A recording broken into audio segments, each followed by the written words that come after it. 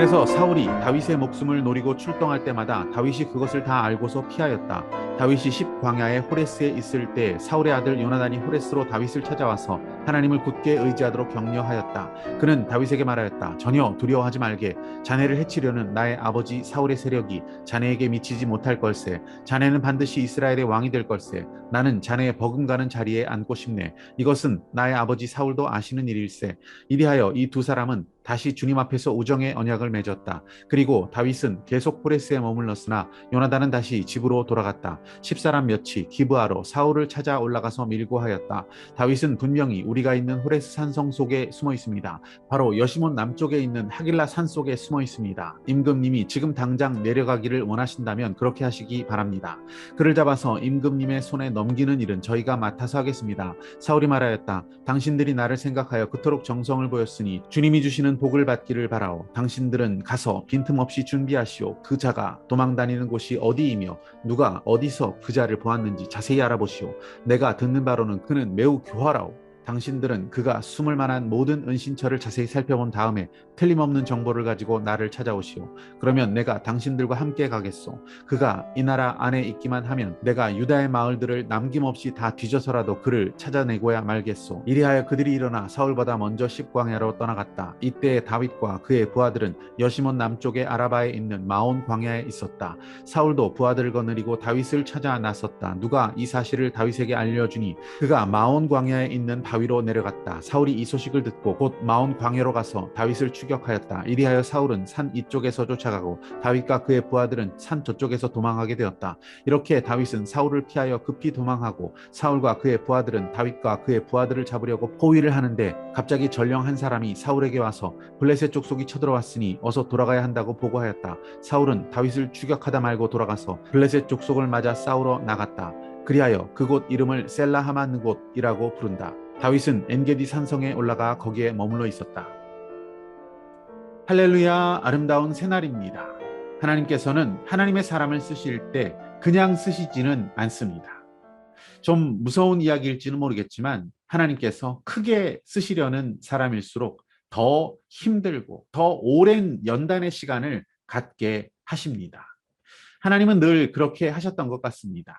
노아에게는 비난과 조롱 가운데 배를 지어야 하는 그 오랜 세월이 있었습니다. 아브라함은 고향을 떠나야 했고요. 그가 겪게 된 타국에서의 그 모진 세월들. 요셉은 노예 생활과 감옥에서의 삶을 살아야만 했습니다. 모세 40년간의 미디안 광야에서의 시간 등등. 하나님의 사람으로서 연단이라고 하는 그 시간은 사실 매우 당연한 과정인 것 같습니다. 다윗은 도망자의 삶을 살고 있습니다. 정말 말로 다 할 수 없는 그런 눈물의 빵을 먹는 시간을 보내고 있습니다. 오늘 본문 속의 다윗은 지금도 십광야라는 곳의 숲풀 속에 숨어 지내고 있습니다. 그때 그의 친구 요나단이 찾아옵니다. 다윗을 위로해주고 힘과 용기를 주기도 합니다. 하지만 곧 사울 왕은 급히 군사를 이끌고 다윗을 잡으러 다가옵니다. 사울 왕의 군사들은 다윗과 다윗을 따르고 있는 그 무리들을 거의 다 에워싼 그런 상태가 되었습니다. 이제 꼼짝없이 붙잡혀 죽을 판입니다. 정말 절체절명의 위급한 순간이 다윗에게 다가왔습니다. 그때 놀라운 일이 일어났습니다.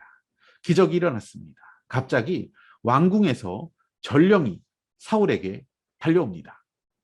블레셋 사람들이 우리의 땅을 침공했으니 빨리 돌아가야 합니다. 라고 이야기합니다.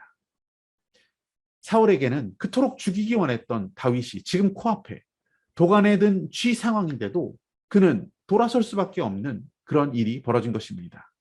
블레셋의 침략 가운데 나라가 위태로웠기 때문이었습니다. 그렇게 다윗은 죽음의 문턱에서 기적적으로 살게 됩니다. 하나님이 블레셋을 이용해서 사울 왕을 물러나게 하신 일이었습니다. 당시 다윗과 무리들이 숨어 있었던 그 곳, 그 큰 바위를 그래서 셀라 하마느곳이라고 불렀다고 합니다. 셀라, 바위, 하마느곳, 분리, 결국 분리하는 바위라는 뜻입니다. 하나님께서 다윗을 살리기 위해서 다윗으로부터 사울 왕을 분리시켰다라는 의미를 갖고 있습니다. 여러분, 우리는 기도하며 마지막까지, 끝까지 낙심하지 말아야 합니다. 하나님은 마지막 순간에 하나님의 때, 하나님의 건지심을 우리에게 경험케 하십니다. 하나님은 우리를 연단시키기 위해, 우리가 더 기도하게 하기 위해 그렇게 일하시는 분이십니다. 오늘 붙드신 하나님 말씀과 믿음의 결단은 무엇입니까?